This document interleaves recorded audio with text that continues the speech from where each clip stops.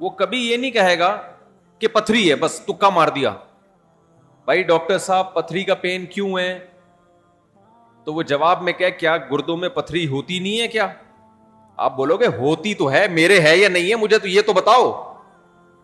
حالانکہ گردوں میں پتھری ہونے کا جتنا چانس ہے نا, جتنی پرسنٹیج 100 میں, جادو کی اس سے بھی کم ہے.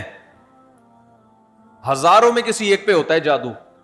لیکن عاملوں کے پاس جب آپ جاؤ, یہاں الحمدللہ کچھ عامل ہیں جو میرے خلاف ایک فل پروپیگنڈا شروع کیا ہوا. اتنی خوشی ہوتی ہے مجھے, میں آپ کو بتا نہیں سکتا, جب عامل میرے خلاف بولتے ہیں اتنی خوشی ہوتی ہے.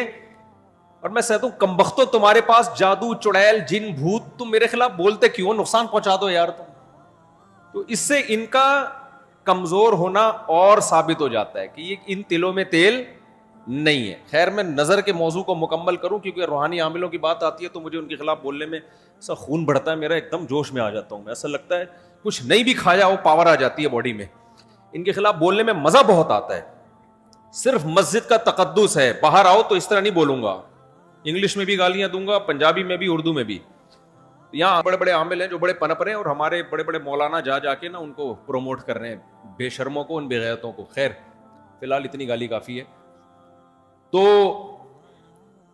اچھا میں کیا کہہ رہا تھا یار, عاملوں کے ٹاپک آتا ہے تو اتنی خوشی ہوتی ہے. جی ہاں, نظر کی بات کر رہا تھا میں. تو نظر میں جو ہے نا لگنے کا چانس ہوتا ہے, یہ ہے, لیکن چانس سے فائدہ اٹھا کے ہر ایک کو یہ کہنا کہ تم پہ جادو ہے, تم پہ نظر ہے, تم پہ یہ ہے. ڈاکٹر یہ کام نہیں کرتا. شوگر کا چانس ہوتا ہے آپ کو کہ شوگر ہے, لیکن یہ تو نہیں کہ ڈاکٹر جب تک کمپلیٹلی تحقیق نہ کر لے, ڈاکٹر نہیں کہے گا تمہیں شوگر ہے, تمہارے گردوں میں پتھری ہے, تمہارے پیٹ میں یہ مسئلہ ہے. حالانکہ امکانات تو ہوتے ہیں, لیکن آپ یہ جو ڈرامے باز لوگ ہیں نا روحانی عامل, ان کے پاس جاؤ گے نظر ہی لگی ہوئی ہے آپ کو. لازمی کیا لگی ہے؟ کیونکہ جب کسی کے پاس کوئی فن نہیں ہوتا, علم نہیں ہوتا, تو وہ سب کچھ جانتا ہے. پھر سمجھ رہے, ڈاکٹر کے پاس علم ہوتا ہے کڈنی کا, لہذا تحقیق کرے گا, 100 میں 2 کو کہہ دے گا تیرے گردے خراب ہیں. عاملوں کے پاس چونکہ جن چڑیل بھوت کا علم ہوتا ہی نہیں ہے, لہذا ہر ایک پر جن بھی ہے, چڑیل بھی ہے, اور بھوت بھی ہے, اور نظر بھی ہے, اور موکل بھی ہیں, اور ہمزاد بھی ہیں, اور پتہ نہیں کیا کیا ہے ڈرامے بازی. سمجھتے ہو؟ جب ان کو بولو کہ کیا دلیل ہے, تو بھائی امکانات کی دنیا میں امکان کہ فلانے پہ لگ گئی تھی, فلاں پہ لگ گئی تھی, تو خوب سمجھ لو امکانات کی بیس پہ یہ کہنا کہ ابھی دیکھو ایک مولانا صاحب کا کلپ آیا, انہوں نے کہا کہ نبی صلی اللہ علیہ وسلم نے فرمایا کہ ہر بیماری کی دوا اللہ نے رکھی ہے دنیا میں, یہ صحیح حدیث ہے. پھر انہوں نے ایک دوا بتائی کہ یہ شوگر کی بہترین دوا ہے. بھائی آپ ڈاکٹر ہو, آپ سائنٹسٹ ہو, کہہ رہے میں نے یہ کہیں سے نکالی ہے. ڈاکٹر کہہ رہے ہیں شوگر ایک اسٹیج پہ پہنچنے کے بعد لا علاج ہے, یہی کہتے ہیں نا ڈاکٹر. بھائی شوگر ایک اسٹیج پہ پہنچ جائے تو وہ کیا ہو جاتی ہے, اب ٹھیک نہیں ہو سکتی, کنٹرول کرنی پڑے گی, لبلبا ٹھیک نہیں ہوگا آپ کا. انہوں نے کہا کہ دیکھو ہر بیماری کی اللہ نے شفا پیدا کی ہے, تو یہ میڈیسن, یہ کوئی دیسی نسخہ ہے, یہ شوگر ٹھیک کر دے گا. اب دلیل کیا دے رہے ہیں؟ ہر بیماری کی اللہ نے دوا پیدا کی, یقیناً کی ہے, لیکن کیا وہ آپ کو معلوم ہے؟ کیا وہ دوا یہ ہے جو آپ پیش کر رہے ہیں؟ اس کی کیا دلیل ہے؟ بھائی بہت ساری دوائیں لوگوں کو معلوم نہیں ہے. تو اب یہ سمجھیں کہ 2 انتہائی میں جلدی سے کمپلیٹ کروں اس موضوع کو, کہ نظر لگنے کا چانس ہوتا ہے, لیکن یہ نہیں ہے کہ جو بھی کوئی اچھی چیز ہوگی, کچھ بھی ہو جائے, اس کو نظر ہی لگی ہے. تو یہ وہم کی دنیا سے باہر نکلنا چاہیے. جو سیکولر لبرل لوگ ہیں جو نظر کا بالکل انکار کرتے ہیں, وہ کہتے ہیں فلاں فلاں پہ کیوں نظر نہیں لگی, وہ اتنے ہینڈسم, اتنے خوبصورت لوگ ہیں, فلاں کی آواز اتنی اچھی, ان پہ نظر کیوں نہیں لگی. تو اب اصول سمجھیں, نظر لگنے کے لیے علماء نے ایک قاعدہ ضابطہ بیان کیا ہے کہ جو چیزیں مشہور ہوتی ہیں نا ان کو اکثر نظر نہیں لگتی. نظر ہمیشہ اچھمبے کی چیز کو اچانک, جیسے میں لوگوں سے کہتا ہوں بھائی آپ انتہائی غریب تھے, سائیکل بھی نہیں تھی آپ کے پاس, اچانک آپ کے پاس بہت زیادہ پیسہ آ گیا, اور علاقہ بھی وہی ہے, رہتے اسی غریبوں کے محلے میں ہو, گندے نالے پہ رہتے ہو, سائیکل پہ تھے, اچانک لینڈ کروزر آ گئی آپ کے پاس. یہ جو اچانک والا کام ہوا ہے نا, اس میں نظر لگنے کا چانس ہوتا ہے. سمجھ میں آ رہی ہے بات؟ اب دیکھو یعقوب علیہ السلام کے بیٹے مصر میں ان کے ساتھ ہی رہتے تھے, سوری مصر میں نہیں, شام میں ساتھ رہتے تھے. وہاں یعقوب علیہ السلام نے نظر سے بچنے کا یہ والا اہتمام ہمارے علم میں نہیں ہے کہ بچوں کو کہو دروازے سے الگ الگ جایا کرو, ایک ہی دروازے سے. لیکن جب مصر جا رہے ہیں نا, اجنبی جگہ ہے, وہ لوگ یعقوب علیہ السلام کے بیٹوں سے مانوس نہیں ہیں. وہاں یعقوب علیہ السلام نے کہا ایک نئی جگہ پہ جا رہے ہو, اچانک اتنے بیٹے جب لوگ دیکھیں گے نا خوبصورت, وہاں چانس ہے. تو اس سے پتہ چلتا ہے کہ اپنی نعمت کو آہستہ آہستہ ایکسپوز کرنا چاہیے. سمجھتے ہو کہ نہیں سمجھتے؟ آہستہ آہستہ کیا کرنا چاہیے؟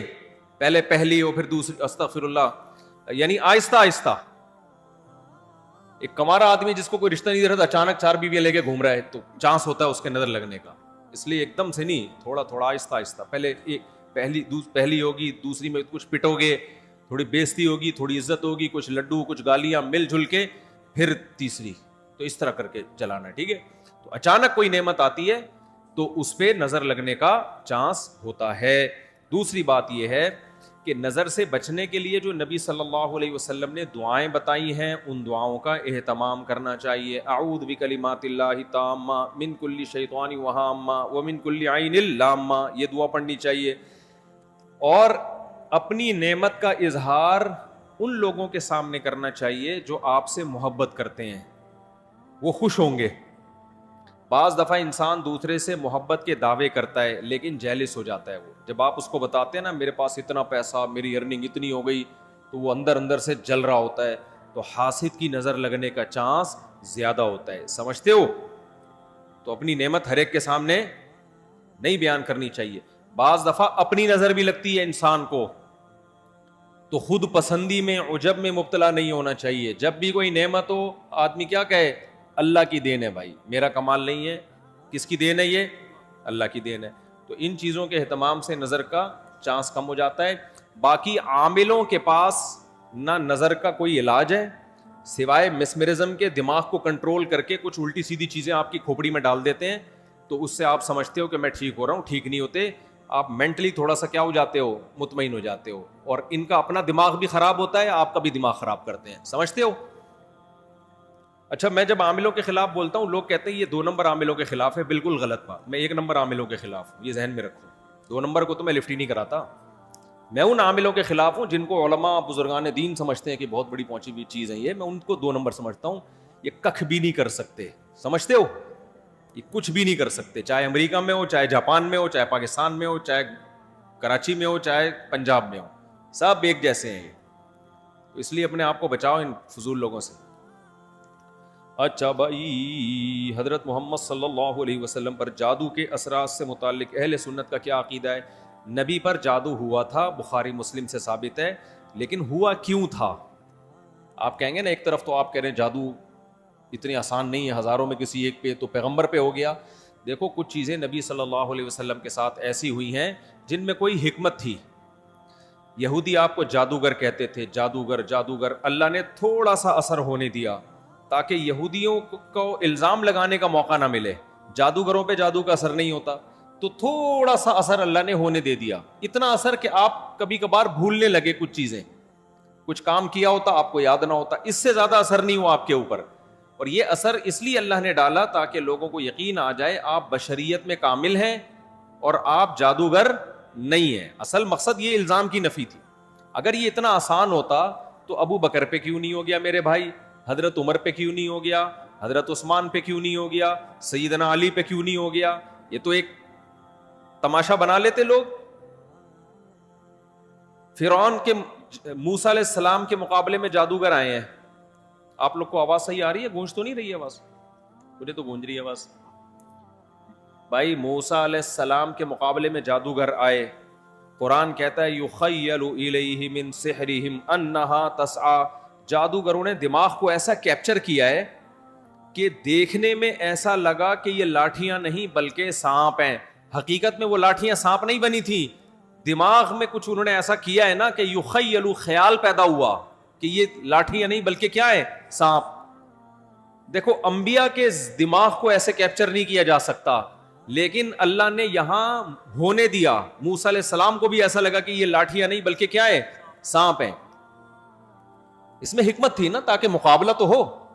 اب سوال پیدا ہوتا ہے, جب موسیٰ علیہ السلام مقابلہ جیت گئے, فرعون نے دھمکی دی جادوگروں کے کہ تمہارے ہاتھ پاؤں کاٹ کے میں قتل کر دوں گا, تو جادوگر وہی رسیاں دوبارہ فرعون کی طرف پھینک دیتے کہ تو قتل کر کے دکھا ہمیں.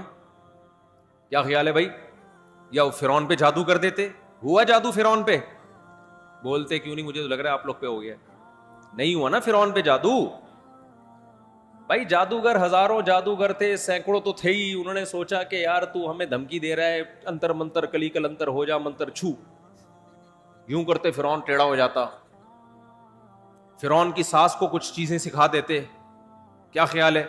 جٹھانی فرعون کی زوجہ جو تھی حضرت آسیہ رضی اللہ عنہا, ان کو کہہ دیتے کہ تم اپنی ساس سے کچھ کروا دو, یا جٹھانی سے, وغیرہ وغیرہ جو بھی ہے. تو ایسا نہیں ہوتا بھائی. فرعون نے دھمکی دی اور ہاتھ پاؤں کاٹ کے ان سب کو شہید کر دیا. کچھ بھی نہیں ہو سکا. ایسا نہیں ہوتا. جادوگروں کو ایک ماحول چاہیے, اسی میں وہ سب کچھ کرتے ہیں. تو یہ ہم سے زیادہ کمزور ہوتے ہیں, ان سے ڈرنے کی بالکل ضرورت نہیں ہے. دنیا میں سب سے کم اگر ڈرو نا تو عاملوں سے اور جادوگروں سے سب سے کم ڈرا کرو. جیسے کہ پولیس والے, ان سے بالکل بھی نہیں ڈرتے. اکثر آپ نے دیکھا ہوگا ریڈ پڑتی ہے نا پولیس والوں کی عاملوں کے پاس, تو پولیس والے جاتے ہیں, پولیس میں جو گٹکا کھانے والا ہے نا وہ اٹھا کے لے آتا ہے عامل کو, تھانے میں بند کر دیتا ہے. عامل اس کا کچھ بھی نہیں بگاڑ سکتا. سوچو, جو عامل ایک گٹکا کھانے والے پولیس والے کے سامنے کچھ نہیں کر سکتا, وہ اس عامل کی پوری ٹیم کو اٹھا کے لاک اپ کر دیتے ہیں یہ لوگ. وہ سنگدل محبوب تمہارے قدموں میں کہاں سے لا سکتا ہے؟ وہ سنگدل محبوب تمہارے قدموں میں کہاں سے لا سکتا؟ تو یہ دنیا کے سب سے کمزور, سب سے ضعیف قوم روحانی عامل ہوتے ہیں. لیکن دماغ کا کھیل ہے سارا, تو لوگ ان سے ڈر رہے ہوتے ہیں. نہیں ڈرو تو آپ طاقتور ہو, سمجھتے ہو. آج مجھے ایسا لگ رہا ہے گلوکوز کی 3 بوتلیں چڑھا لی میں نے. تو عاملوں کے خلاف بولتا ہوں اتنی, کیونکہ عامل میرے خلاف بہت سرگرم ہو گئے ہیں آج کل. ابھی علماء کا ایک وفد گیا کسی عامل کے پاس, وہ وفد پہلے میرے پاس آیا, گپ شپ ہوئی, بیٹھے, میں نے ان کو رات کو کھانے کی دعوت دی. انہوں نے کسی سے ملنے جا رہے تھے, مجھے نہیں پتا کسی عامل کے پاس گئے. اس عامل نے میرے خلاف اتنا بولا کہ انہوں نے میری دعوت ہی کینسل کر دی کہ یار یہ مفتی صاحب تو 2 نمبر ہے معاذ اللہ. انہوں نے اپنی طرف سے اس عامل کی باتوں میں آ کے, تو جب انہوں نے کسی نے مجھے بتایا, میں نے کہا اچھا ہے, اللہ نے تمہاری قسمت میں یہ عامل رکھے ہوئے ہیں, تم جیسے فضول لوگوں سے اللہ نے مجھے نجات دے دی, تاکہ میرا کھانا تمیز والے عقل مند لوگ کھائیں. جو عاملوں سے متاثر ہو تو اس بیچارے کا مینٹل لیول کیا ہوگا آپ سوچو. میں نے کہا ہمیں ایسے مولویوں کی بالکل بھی ضرورت نہیں ہے جن کا مینٹل لیول یہ ہے کہ چڑیل بھوت بھگانے والوں سے متاثر ہو کے آتے ہیں. یہ تو مینٹل لیول ہے آپ کا, دلائل سے کے بجائے ان لوگوں سے متاثر ہوتے ہیں.